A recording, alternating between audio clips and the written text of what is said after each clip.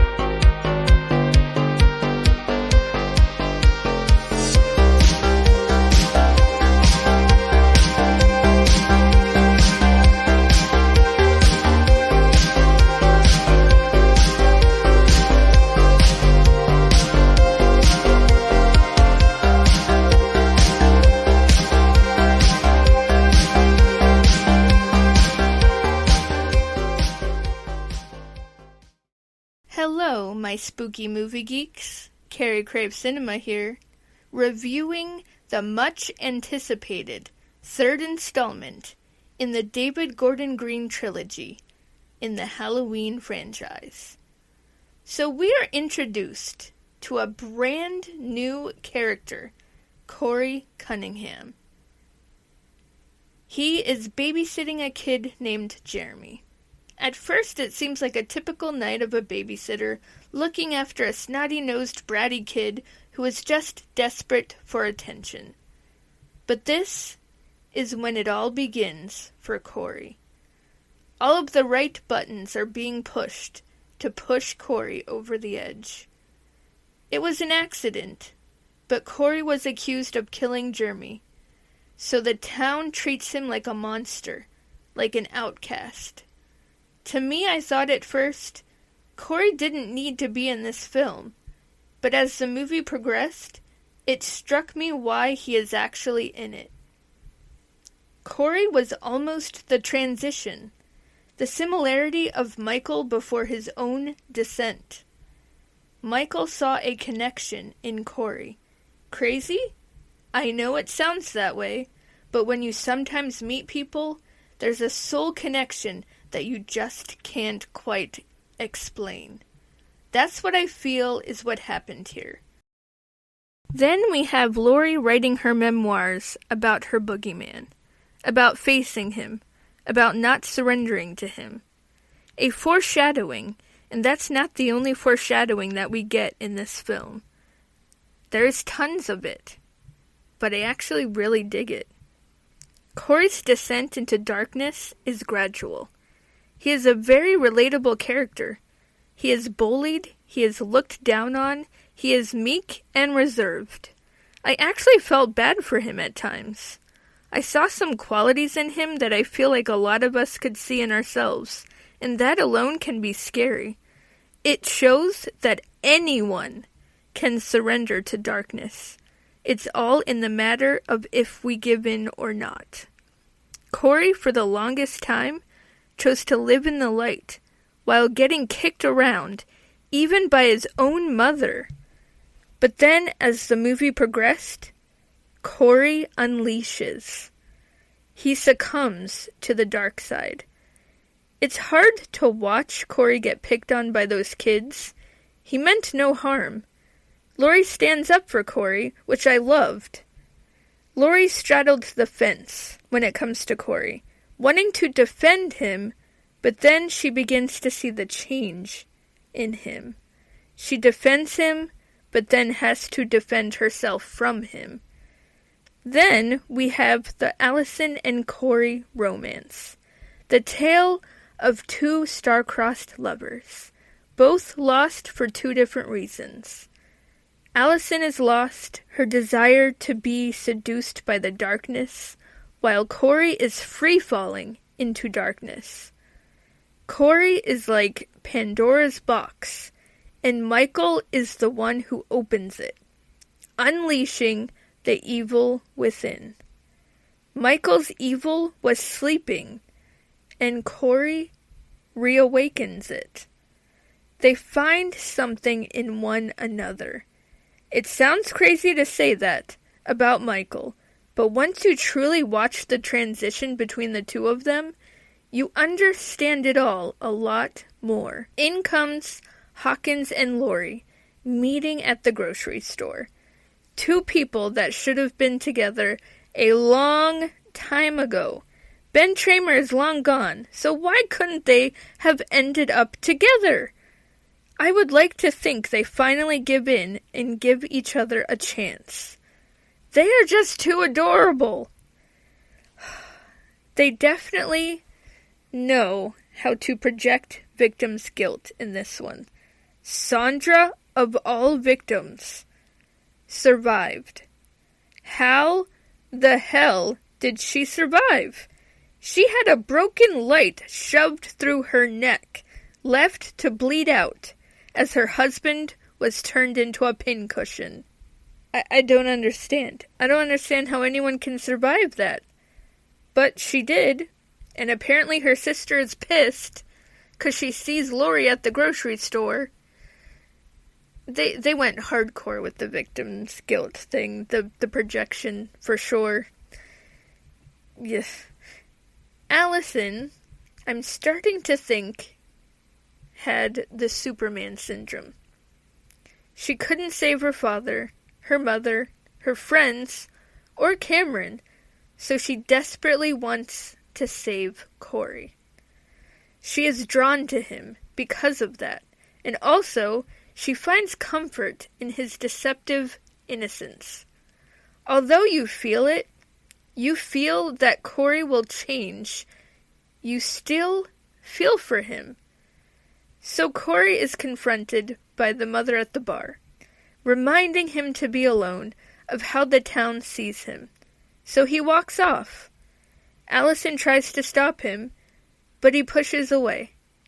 The bullies once again poke the bear, stepping on his glasses, which bothers me so much for some reason. It really bothers me. I don't stand for bullies. I really don't. Corey is thrown over the bridge, and they think that he is dead. But Michael, thinking that Corey is another missing person, drags him into the sewers. But Corey is not dead. Corey wakes, disoriented. Seeing the exit, he walks towards it, only to be forced to a halt by the Shape himself. As Michael chokes the life out of Corey, they feel something in one another. Like I said, Pandora's box. Michael is brittle, weak, and decaying. A beast lying in wait for an infinite slumber, but Corey slowly awakens the darkness in Michael once again. Almost like I love calling it Michael's one last hurrah.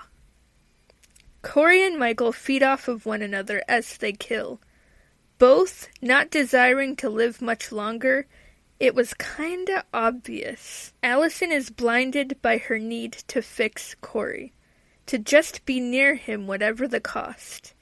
It was almost as if she was under a spell. Her trauma was in dire need of a distraction, so she overlooks what we would see as obvious. But to her, she is careless, struggling just to breathe. She finds comfort in Corey, even though it is in disguise. I also believe that Corey brings out the human in Michael as well.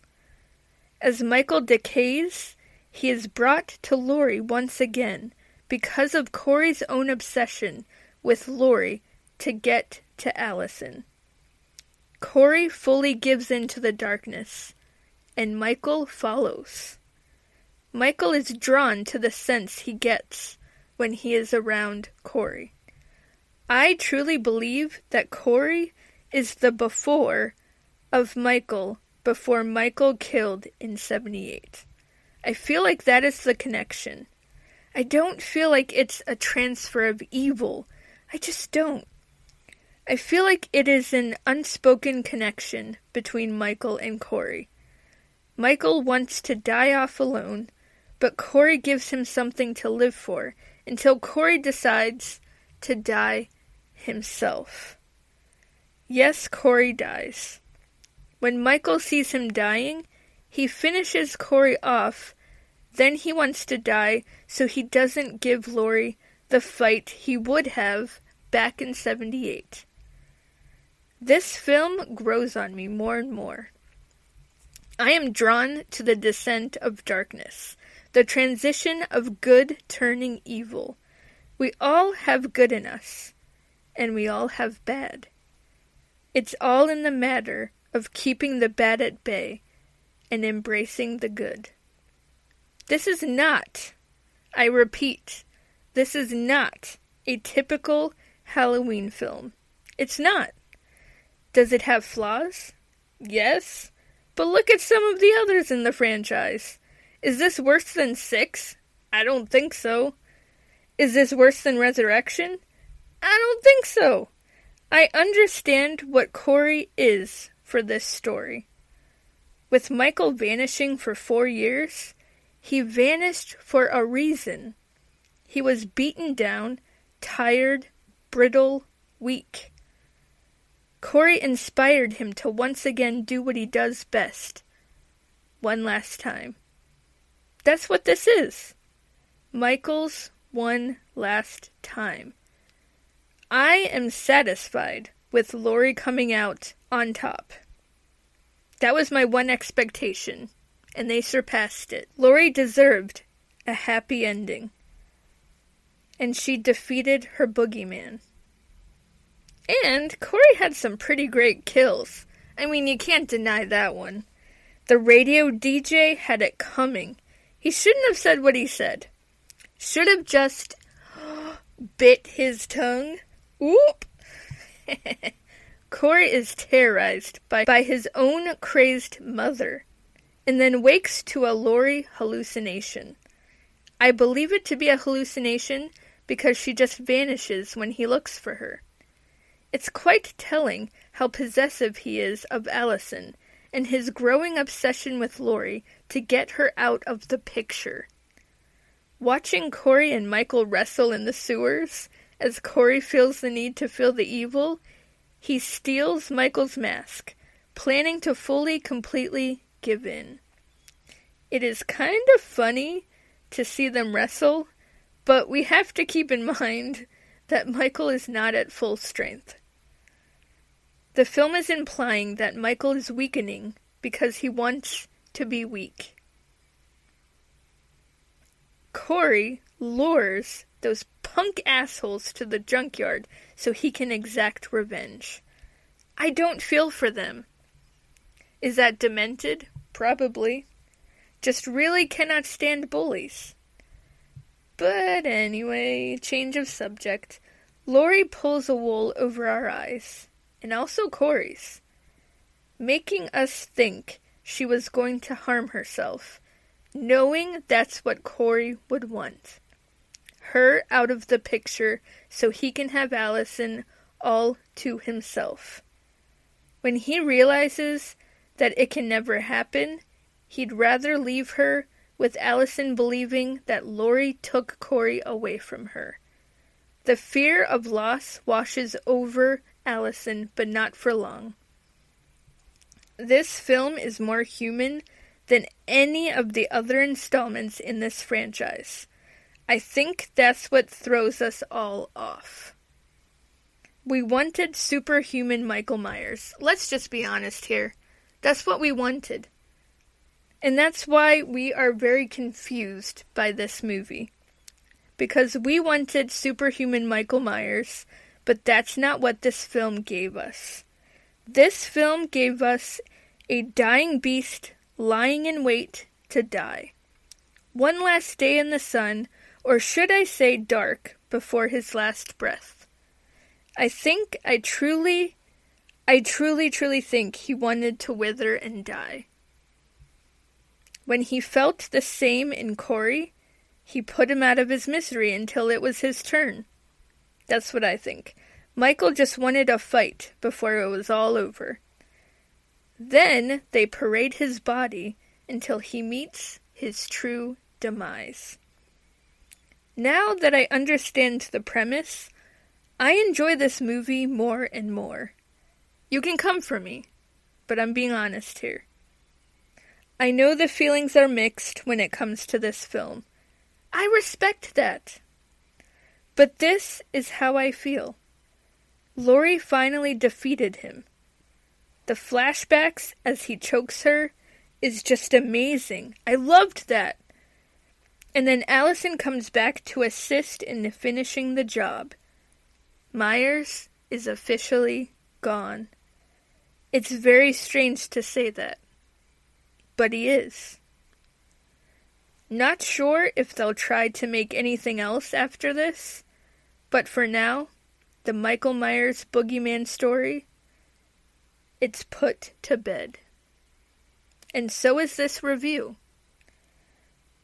The countdown has reached to 0. I hope you enjoyed all of my reviews for the Halloween franchise. I know I had fun with it. Oh, did I have fun. Stay spooky for movies, my friends.